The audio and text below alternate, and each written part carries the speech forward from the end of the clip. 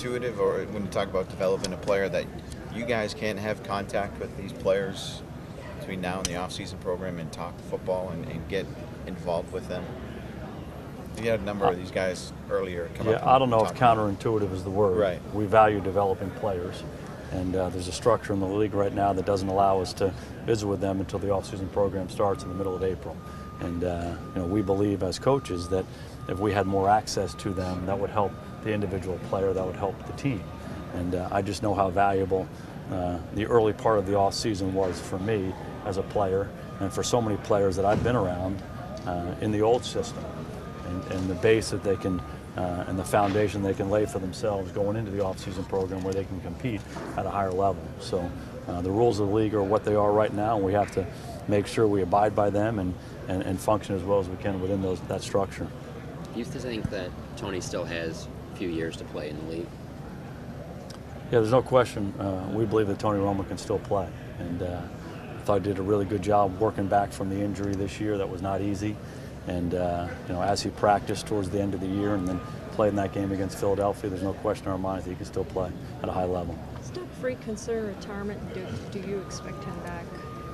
I do not know of any talk of retirement in regards to Doug Free. We had a good visit after the season, and he, like all the players, they want to get away for a little while and then get themselves recharged and come back to work. So don't anticipate anything other than that. What's your hopes for Rico Gathers in this season? Rico's made a lot of progress. We had our eyes wide open on him when we drafted him. We took him in the 6th round, and we understood that he was going to be a developmental player. He hasn't played football since junior high. We had a lot of athletic ability. There's a lot of things to like about him, and he made a lot of progress. And a lot of it has to do with the kind of athlete he is and the potential he has physically, but maybe as much as that is his willingness to do it. And he did a lot of stuff on his own with Mike Pope, with Steve Loney, to try to get better. Before practice, after practice, he took as many reps as anybody did on our team in practice throughout the year, and you just saw him make a lot of strides. And I think he really loves football, and he works very hard at it, and you see the steps that he's made. He still has a long way to go.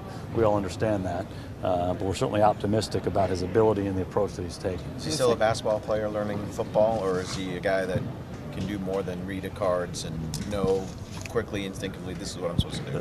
That'll be a big question. I think he does some things more instinctively than other things, and it's just the stuff that he's been exposed to more. And the most impressive thing was just his willingness to dive in there. He played offensive tackle for hundreds of snaps this year during the season. We had guys hurt. Rico jumped, hey, put a white jersey on, go in there and play tackle. And he embraced that. Now, how good was he playing tackle? Probably not as good as he needs to be, but he saw that as an opportunity to learn how to block, get better at my protection, get better at my run blocking. So he's embraced every opportunity, and you really see the progress he's made. How's Tapper's rehab gone, and kind of your expectations for him this year? We think it's gone well. He's made a lot of progress. There were some discussions towards the end of the year about what his availability might be, and we just decided that he had missed way too much football to get him back in there, but we're optimistic about him, and hopefully he'll be ready to go at the start of the offseason program. It's safe to say most of your needs in drafts and free agency are on defense, and can you fill those holes in this draft? You see, this draft got the people there, defensive end and cornerback, to fill the needs that you have. Well, I think the biggest thing you try to do is just upgrade the talent on your team in all phases of your team. There's no question we have to get better on defense, but we have to get better on offense. We've got to get better in the kicking game. So the biggest thing that we're trying to do right now, this part of the draft process, is to evaluate the players as purely as possible. And then once we get closer to the draft, we'll talk about strategies and needs and all of those things. But it seems like it's a fairly deep draft on the defensive line, in the secondary, and hopefully that can help us as we go throughout the draft. But we're not really there yet. We're really thinking about evaluating the players as best we can right now. You got 5 or 6 starters headed for free agency next week. Just during this time of the year, how much of an emphasis do you put on reaching out to them, or do you try to give them their space? Well, I think you always want to stay in contact with your players, but this is a time where players kind of get away, and you want to make sure that you allow them to do that. We just talked earlier about the off-season program being different. We don't really see those guys officially until the middle of April, but we have a lot of guys who are around. We encourage our coaches to stay in contact with all of our players, but also give them a little time to get away. Kind of along the lines of what Clarence asked you over there, about going to games with Tony, being around him at different points of offseason in the last few years. Has your relationship with him changed because of what happened this season with him not playing in the injury and Dak playing, or is it as tight as it was beforehand? I don't want to comment too much on that.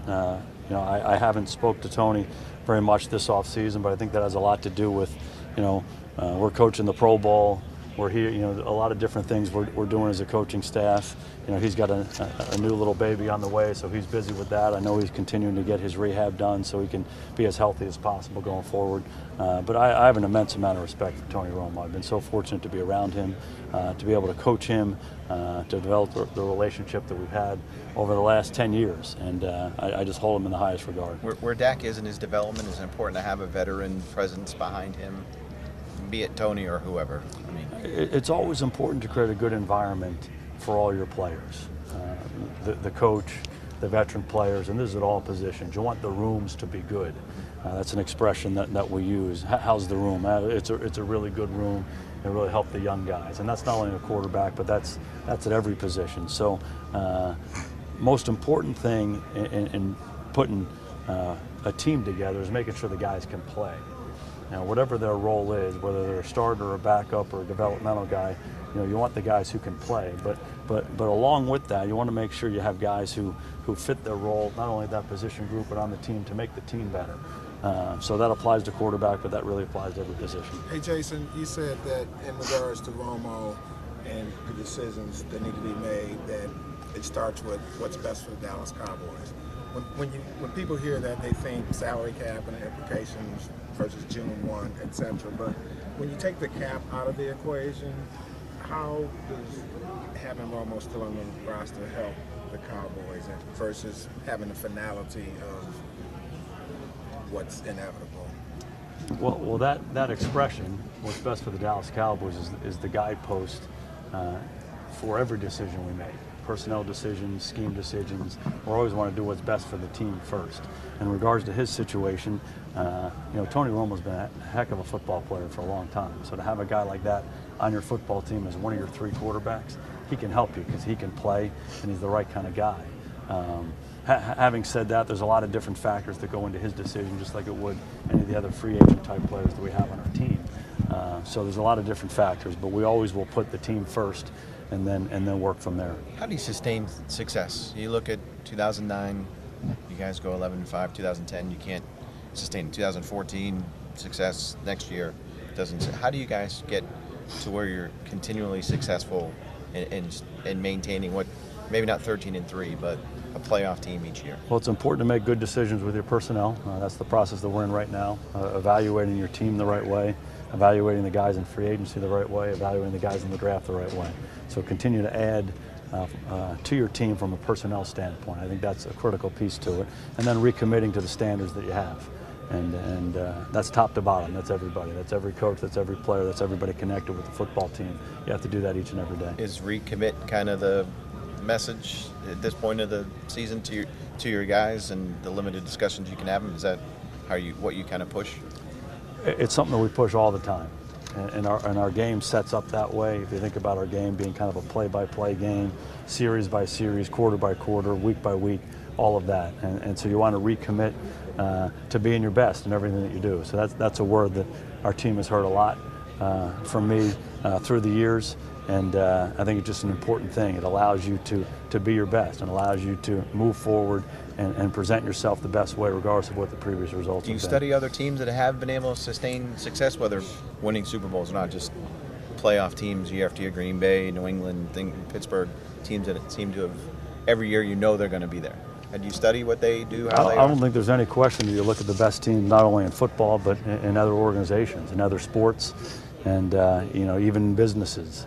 What allows these people, these organizations, these teams to consistently perform at such a high level. I think we're always doing those things.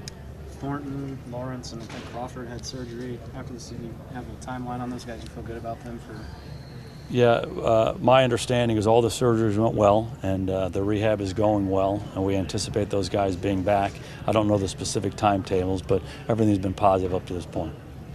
Hey, Coach, I was curious if you could talk a little bit about Cole Beasley. For all the success that Zeke and Dak had, it feels like his season was sort of underrated, and it seemed like he kind of had a breakout year this year. Well, he's just a really good football player, and he has been really since we've gotten him. And he's a very specific role in our team. He's typically a slot receiver for us. He does some punt returns for us as well. But whatever you give him, he seems to take advantage of. And these guys have heard me talk about how quarterback friendly he is. He's a guy that the quarterbacks like to throw to. And in our offense, we throw to him in critical moments, and he always comes through.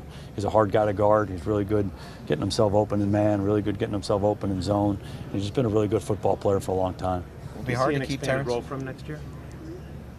There's no question about, we like getting him the ball because he's good and he executes. One of the things that you have to have an understanding of is that there are only so many plays in a game. We want to run the football, we want to throw it to different guys, we want to attack different ways.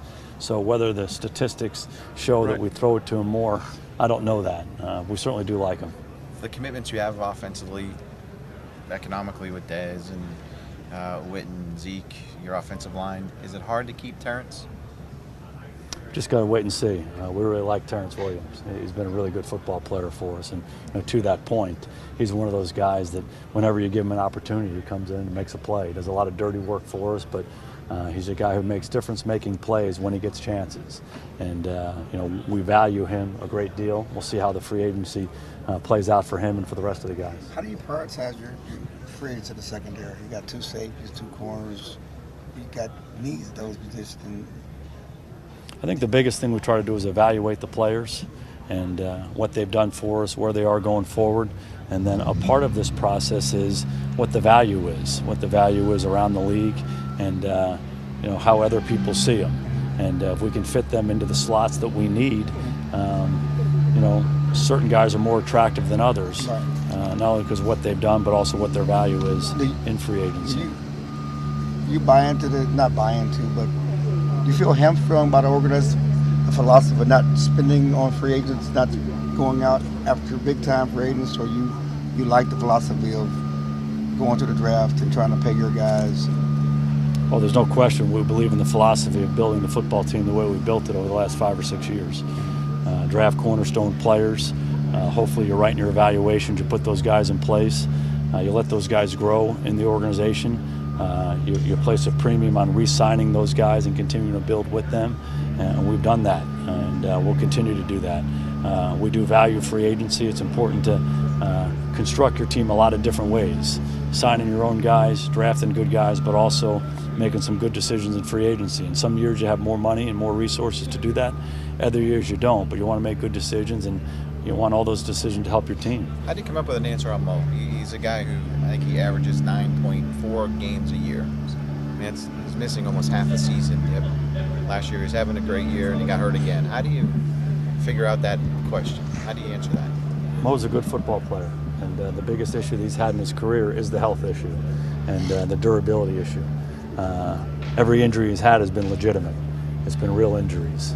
We feel like he's done a good job coming back from those injuries. We felt like he played his best football last year prior to that injury later in the year. And we think he's the right kind of guy. We think he's got a very bright future ahead of him. So you factor those things in. Is he durable enough? Is he available enough? But there's a lot to like about him.